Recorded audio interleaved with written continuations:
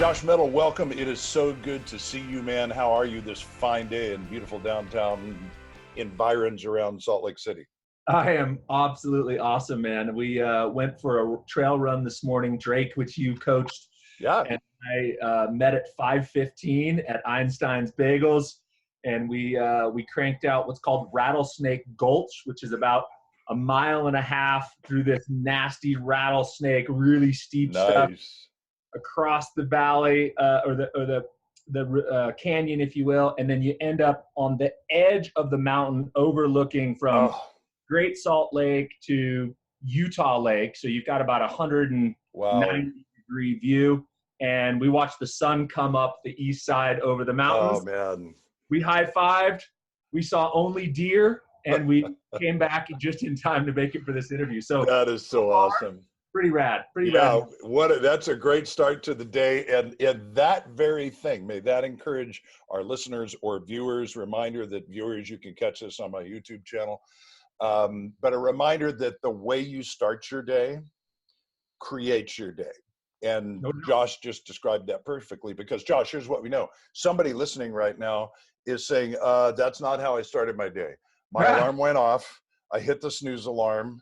I grabbed, a piece of toast and peanut butter, and I'm already late, and I'm driving to work right now. Right? So do you mind if we just unpack that then? No, let's go into that. So I was thinking about that this morning as I was about to lose my spleen up Rattlesnake Gulch. and I was talking to Drake over my heavy-winded breath. And I was telling him, I had a really bad day yesterday. And I don't have a lot of bad days. I mean, I probably have 5 bad days in a year, to be completely honest with you. Yep. And it was a SHI, the word, day. And at the end of the day, I came home. I just had to leave the office. Like it was, the bomb went off, and I'm like, I'm out. I don't want to play anymore. Yep. And I'm driving home, and my wife Hillary was taking Xander to soccer, and so I had Aria. And I got home, and I wanted to do this. I wanted to eat food, and I wanted to drink wine. That's fairly primal. Yeah. Medicate me now. And my daughter says, Daddy, you said we were going to go on a walk. So we end up on this, 2-hour walk last night. I get home. Now it's 7:30. I'm like, it's too late to eat. I know I really want that wine. And I said, all right, if I am going to restart my day and make tomorrow awesome, I cannot go to the salami and cheese and wine, although that will make the next hour awesome. Yep. It's time to get a cup of tea. Yep. To get the kid book. It's time to turn off all electronics, read the book. And by 8, Ari was tucking me into bed because Mom was still with Xander, and I was asleep. So by 3:30, I'd have 7.5 hours of sleep, which is, my 5 sleep cycles. Yep. I'd now fasted since 1 o'clock the previous day, and I felt amazing. And got up and starting my days now with vitamins, hot water. I drink a mushroom coffee type tincture, and then do about 20 to 30 minutes of meditation. Yeah. That's followed by a quick review of the life plan, which is the first thing that pops up when I open Outlook. I got through that, and I had one project on my mind that I quickly got out to the team, and boom, went to run with Drake. But my point with that is, we're going to talk about, I think, Darren Hardy and the compound effect, because that's played a major part in my life. Yep. My point is, these little decisions are connected. Totally. And if I would have lost the willpower, which, by the way, I had full intention to do yesterday. I've given myself permission to lose. Totally get it. Yep. And if I would have done that, I wouldn't have meditated this morning.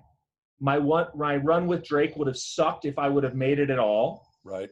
And my relationship with Aria would have been one notch lower, because I wouldn't have gone on the walk. I wouldn't have read the book, and she wouldn't have got to kiss me into bed. So I just wanted to tee that up, that this morning doesn't just happen. Yeah. It's the decisions that happen last night and yesterday afternoon that lead you to the ability to make those decisions at 5 o'clock in the morning. Yeah, man, I love that. I love that observation. And that's exactly when I told you before the interview that, the desired end result is I want people to be inspired in all of these interviews. That's the whole reason that I'm doing this. That's a perfect example because we all have moments of choice, right? Yeah. Google calls them zero moment of truth, ZMOT. And it's in a retail environment, right? Sales decisions. But I believe that in life we have those personal decision moments, and no one else would have known. Hillary probably wouldn't have called you out on that. She'd be like, "Yeah, let's do that. Let's have some salami and cheese and wine." She probably would have welcomed that. Totally.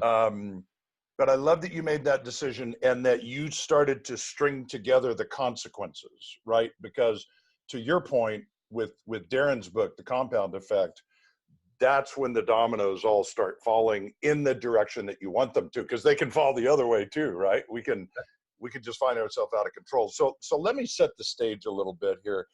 I've told listeners up front a little bit about you, but I reference you all the time. As a matter of fact, you may recall that you do appear as a fictitious character in my book. So I think the best way, right? Yeah. I only mentioned 2 clients in here, and you I did anonymously, but now I'm calling it out, right? So I want people to know if you have a copy of White Collar Warrior, page 11 is entitled A Different Kind of Warrior. And I've just described, because in my book, if listeners or viewers are not familiar with my book, I compare and contrast our special operations warriors in the American military and how they perform at such an amazing high level, such a small percentage of them, and the best of the best in sales and really business in general. And so I've just described Rick, who is in buds, and there's the staccato fire of gunfire, and they're running out to the beach, and it's cold, and he's wet, and he's miserable. And then I contrast it to you, because you're the perfect example of the story that I wanted to tell. So bear with me while I just read a little bit here. So this paragraph is called A Different Kind of Warrior. Halfway across the country, in a sleepy suburb of St. Louis, Missouri, the blaring alarm sounds, slapping Scott from his slumber. The moon is still high in the sky, streaming boldly through his bedroom window, as if unconcerned that the sun will arrive in a few hours to replace it. Scott opens one bleary eye to see the same number that greets him every morning, staring back at him, red and unblinking, 4 a.m. For a brief moment, he fights the urge to tap the alarm back into silence and burrow under the covers for another hour of sleep. Finally, his legs swing over the edge of the bed, as if pushed out from under the covers by force of habit. As he stands, he silences the insistent beeping and slips his smartphone from its charger. He staggers toward the coffee pot, or mushroom coffee, and pours himself a cup. He sips the hot Java as he slips into his usual chair. Scott pauses briefly to savor the silence before reaching for his well-worn life and business plans, a regular review that calibrates his every morning. After reconnecting with his mission, he opens an app and reviews his priorities for the day, highlighting those that will test his mettle most but yield the greatest return.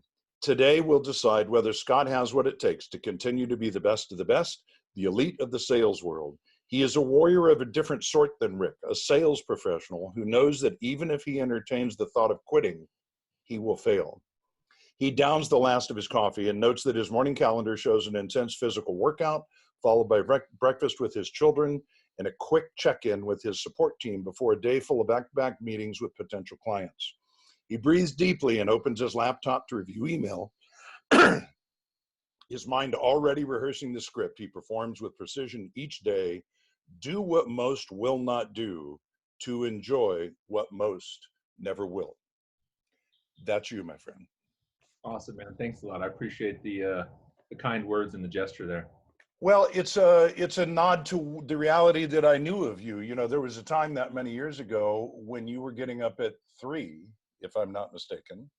There was a time many years ago that I think I was right when you and I first got acquainted, and the crash was literally upon us. And I literally remember making the decision to write you a check for the first year coaching that was greater than the amount of money that I had remaining in my checking account. I do remember that. And, you know, Hillary, God bless her, was supportive in that. But I think most spouses would have been like, what are you doing, idiot? Totally. The account's going like this. And I just said, man, I got to do something different because you know, the best that I have got me here. and Right. And I, it's just not working. And here I ain't working in this new economy. Yeah. And so I needed some help. But the following year after that was the year that we really, you know, you really took me a deep dive into technology. We really reformulated a plan after who we were going to go after strategically to create relationships. By the way, the first person that we went after, one of them is still my number one of my best friends in the world, and one of my best referral partners, has helped me get an MSA with a real estate company. Yeah. So a lot has come from that. But that year after that bottom where I, you know, almost crashed the plane. Right. I think that it was closer to 1:30 or 2 o'clock in the morning. Wow. And I was watching Eben Pagan and Frank Kern and the online marketers and reading Dan Kennedy. Yep. And I was doing that for 2 or 3 hours. And then I would kind of the working on direct response creation of what it's going to look like.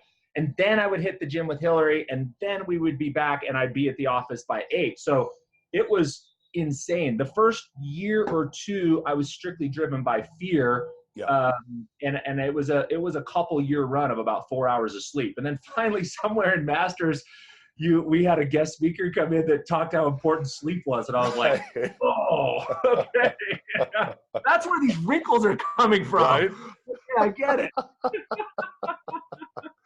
Well, that's an awesome story, man. And I had forgotten that you were starting that ridiculously early for a period of time. But, you know, that's indicative of that. That's that whole all-in philosophy that I want people to get from you. And you know, we don't have enough time to go super deep, but one of my favorite stories about you, you'll have to elaborate on, because I tell these little anecdotal stories that are probably, you know, 75% accurate, right? But I don't want to perpetuate inaccuracies, so I want you to correct me on it. But I remember you telling me that at a period of time, your mom was working, you were living, your dad was not in the picture, your mom was working, you were living in an apartment, and at some point you decided, I should pop popcorn and put it in little bags. And was it not selling it to the people around the pool?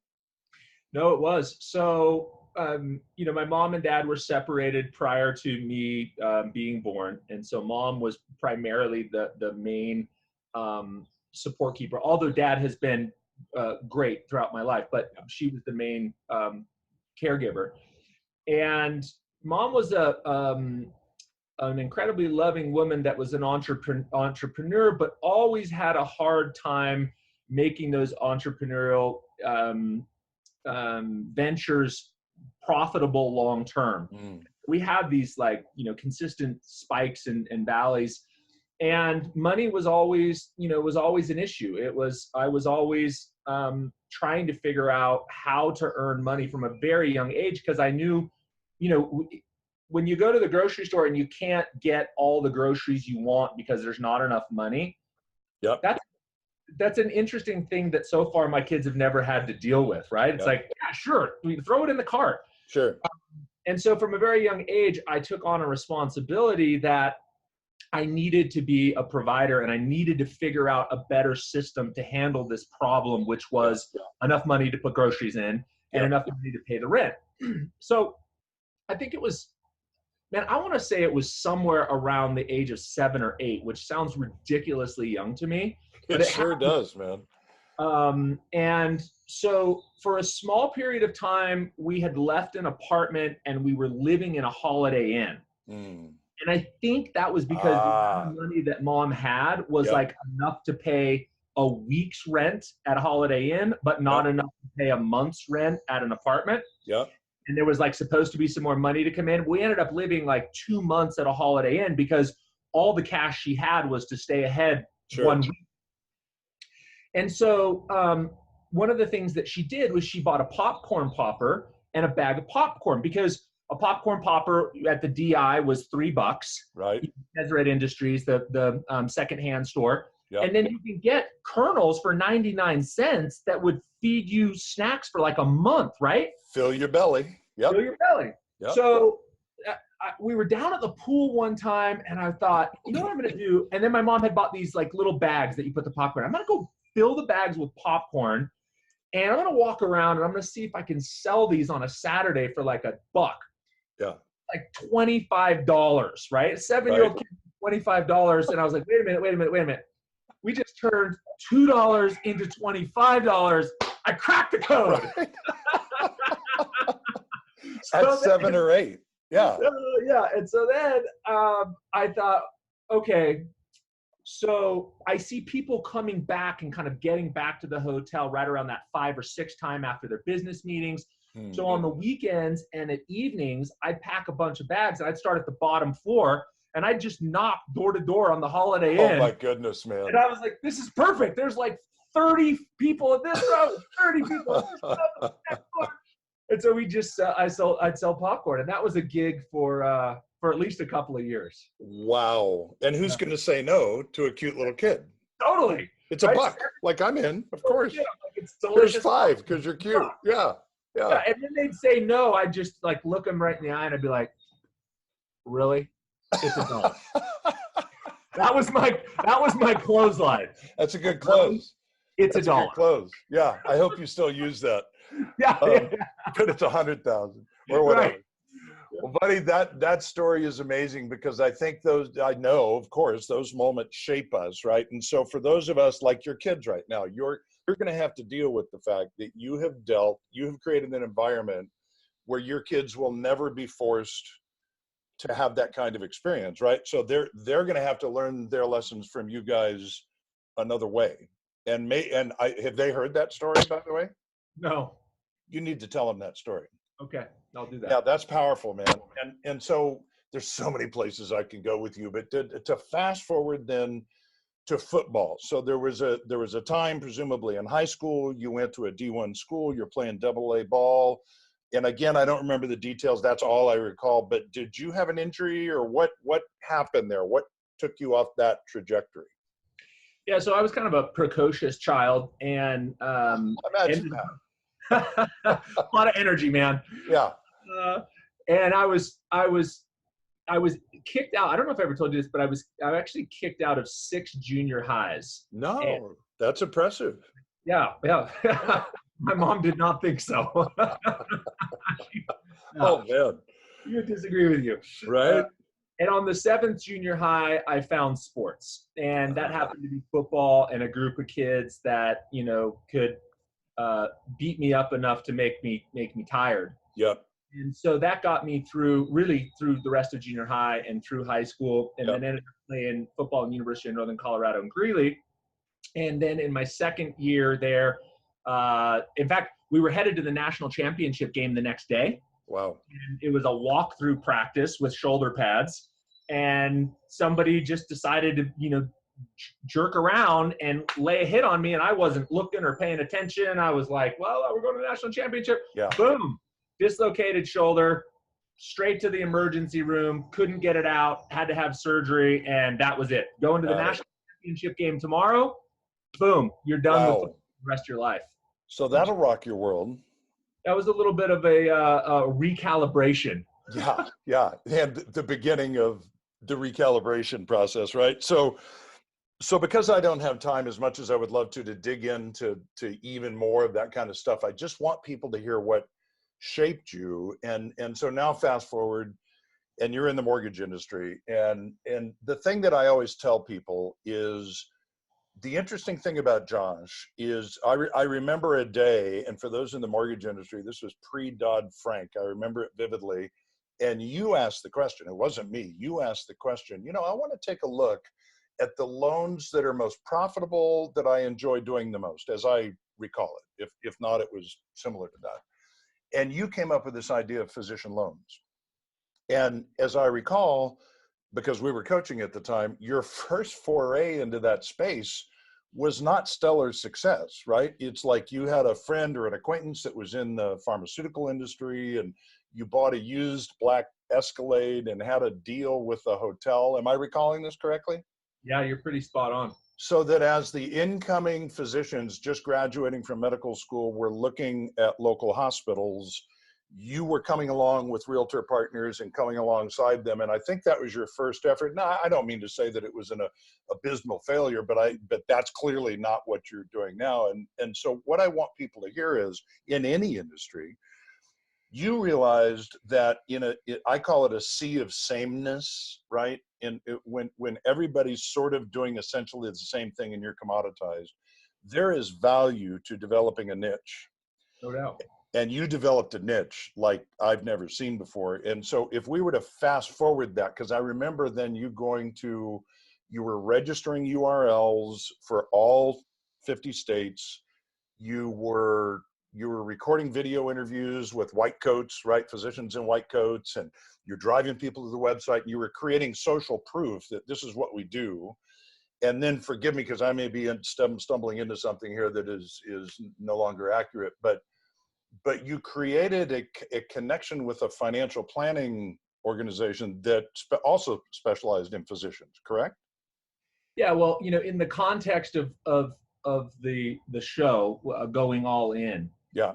And I have to give you credit back for where that idea came from, because I really do think that was you that challenged me to go back through my year and look at the people that I most enjoyed working with and that were also profitable, right? You didn't want to do loans that weren't profitable. Sure. So we went back and we discovered that, accidentally, through no intention of my own at that point, I had been referred by a realtor partner of mine 6 or 7 different physicians. All of them had had a hard time getting financing somewhere else and then had come to me as kind of a referral. They couldn't get their deal done somewhere else. Yeah. And through that, I created some great connectedness because I'm the hero that saved their transaction. For sure. And I realized at the end of them, man, I remember all these guys by name. I loved working with them. And they all bought, $5, $6, $7, $8 million houses. Yep. So that's not bad. That's a pretty good combination. Totally.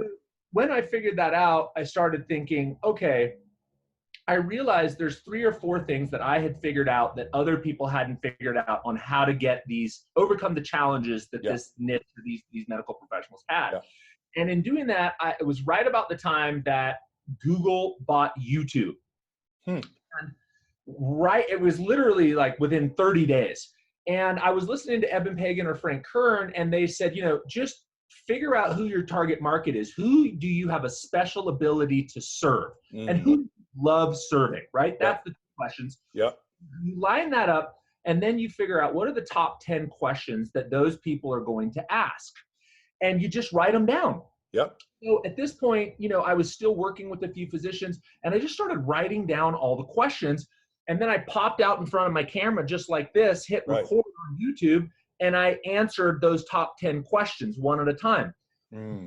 Within 2 days, I was the top 10 searches on Google. When you typed in physician mortgage or doctor mortgage, top 10 were my YouTube videos. Boom, boom, boom, boom, boom, boom.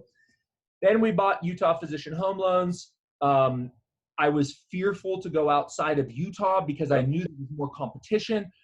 And finally, I had a doctor declined in Idaho or Montana or somebody else that was declined like the day before closing. And I'm like, crap, I know I could help this guy. I know exactly what that loan officer did wrong. And I was like, I have to get over my own fear and put my big boy pants on and go to these other states.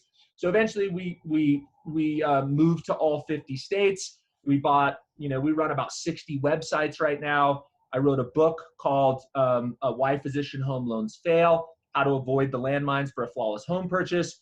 We do a podcast called Physician Financial Success Podcast. We've partnered up with financial service firms that deal with physicians. And so we really just decided that these people need us because we know more about their predicament than they do and most loan officers. And we love saving these deals. I mean, we love being the hero. We love that kind of level of value. And when those 2 things lined up, we said, go. And we were all. So I love that story so much. I just hope that encourages people to really consider. So let me speak to my friends in the mortgage industry right now. For some of you, that might be first-time home buyers. For others, it could be veterans, right? Find the thing that lights your candle, as Josh and I had discussed years ago in a coaching session, to get off the treadmill. And it just keeps us running sometimes so fast in any industry, and stop and look at your business and make conscious decisions and choices that can change the trajectory of your life is enormously important. And Josh, that's something that you and I have done not only individually in coaching, but through your involvement with the Masters Coach, and now with you as a coach. I know you're creating those moments for others. So this whole interview started with moments, right? You talked about how you did your morning. And I'm going to tell one of my favorite Josh Mettle stories that I don't tell very often, but I wonder how quickly it's going to come back to you. It was our very first Masters Coach event. You remember? Okay. So do you mind if I tell this story? Go ahead. I think it will help people. Okay.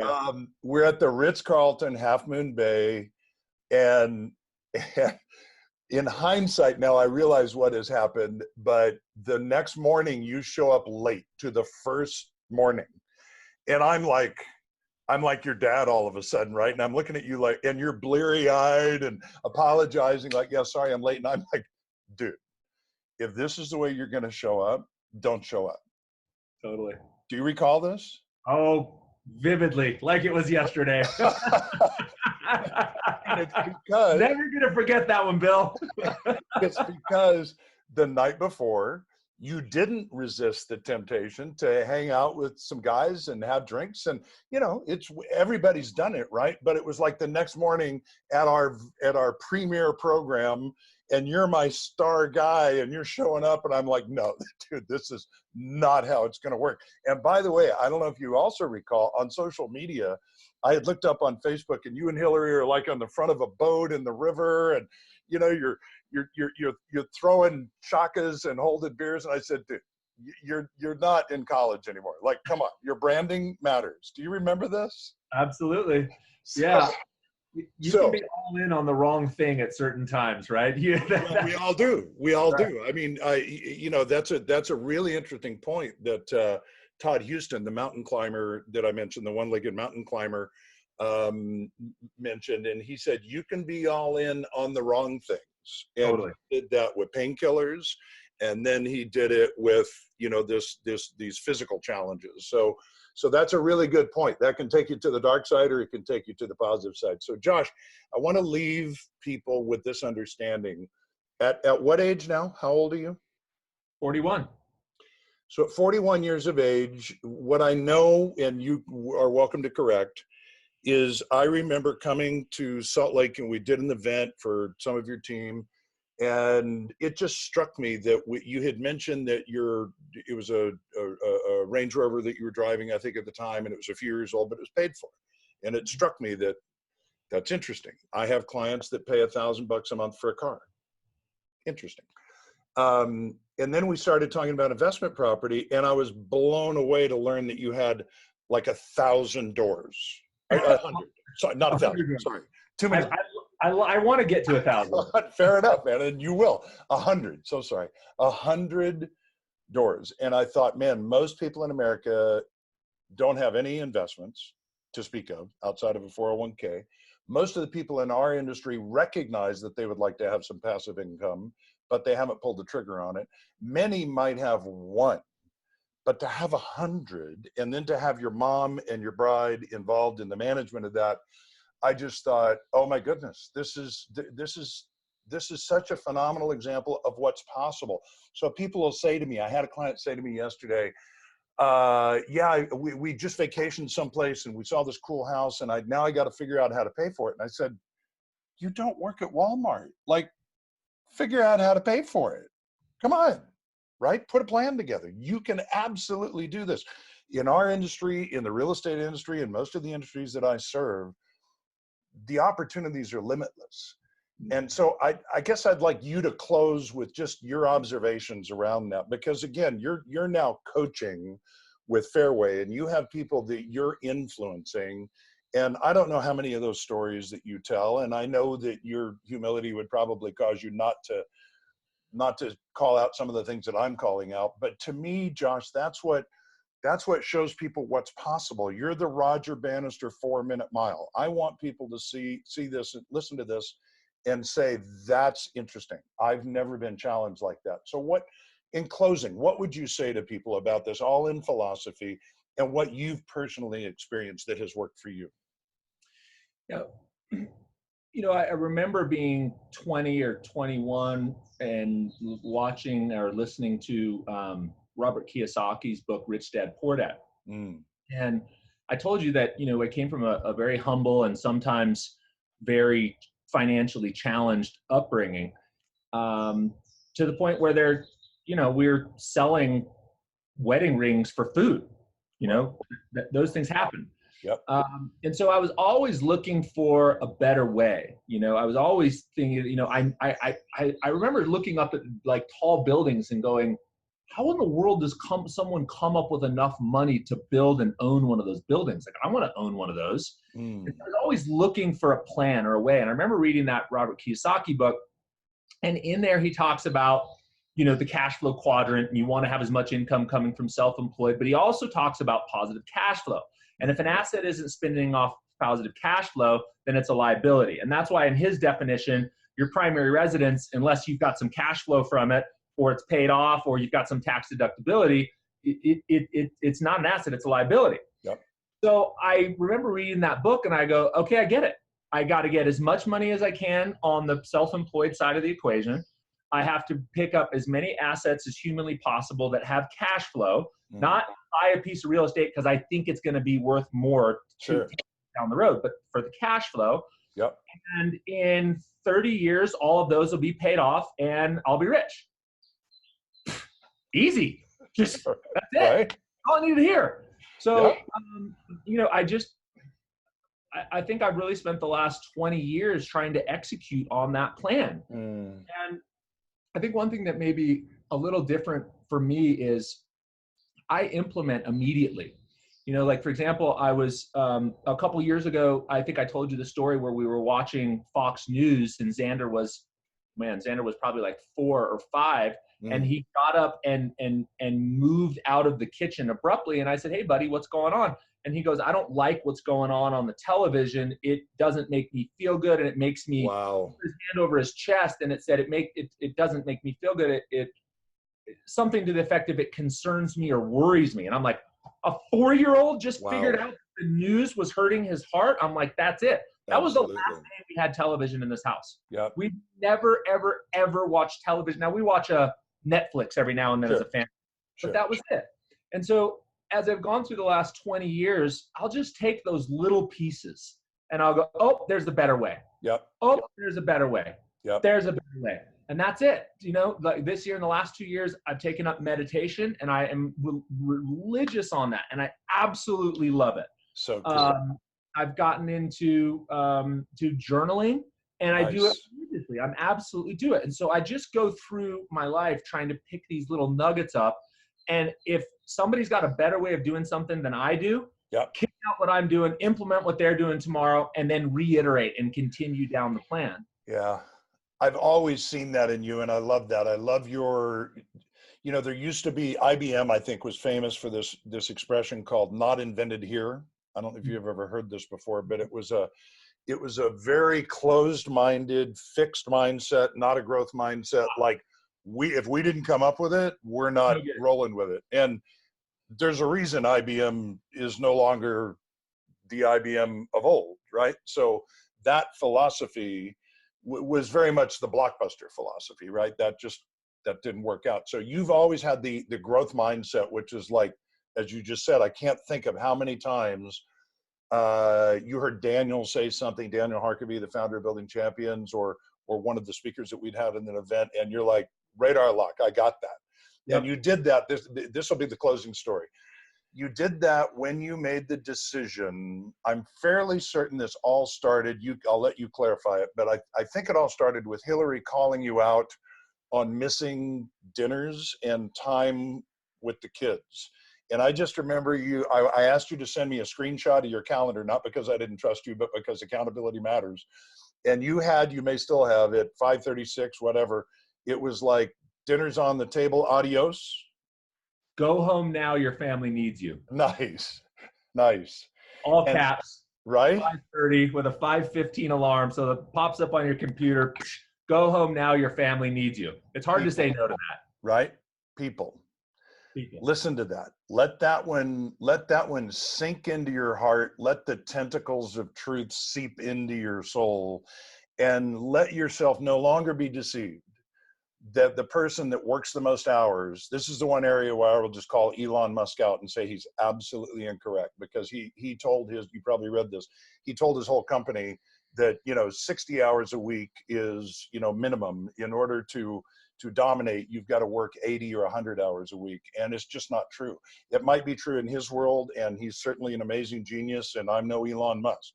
But what I know as a coach who has worked with a number of highly effective people, yourself included, that's not necessary. You can create your own boundaries, as Dr. Henry Cloud has told us, and you've done that. So Josh Mettle, dude, what an honor, what a pleasure. You're a busy guy. There's a ton of stuff going on, and you took time today to invest in us, and I am grateful for that. And I just want to say thanks, and I can't wait to continue to watch what you do, and particularly watch your kids. I believe those children are really going to be something special because of the way that the way that you and Hillary love on them, invest in them, and encourage them. I look forward to seeing what they're going to do. Thanks, brother. I appreciate you. And I have to give you a thanks from the bottom of my heart for being there for me in probably the most difficult time of my entire life, and really turned me around and got me pointed in the right direction. So we're so grateful for you. Thank you very much, man. Dude, love you. My honor. Love you too, brother. Thanks again.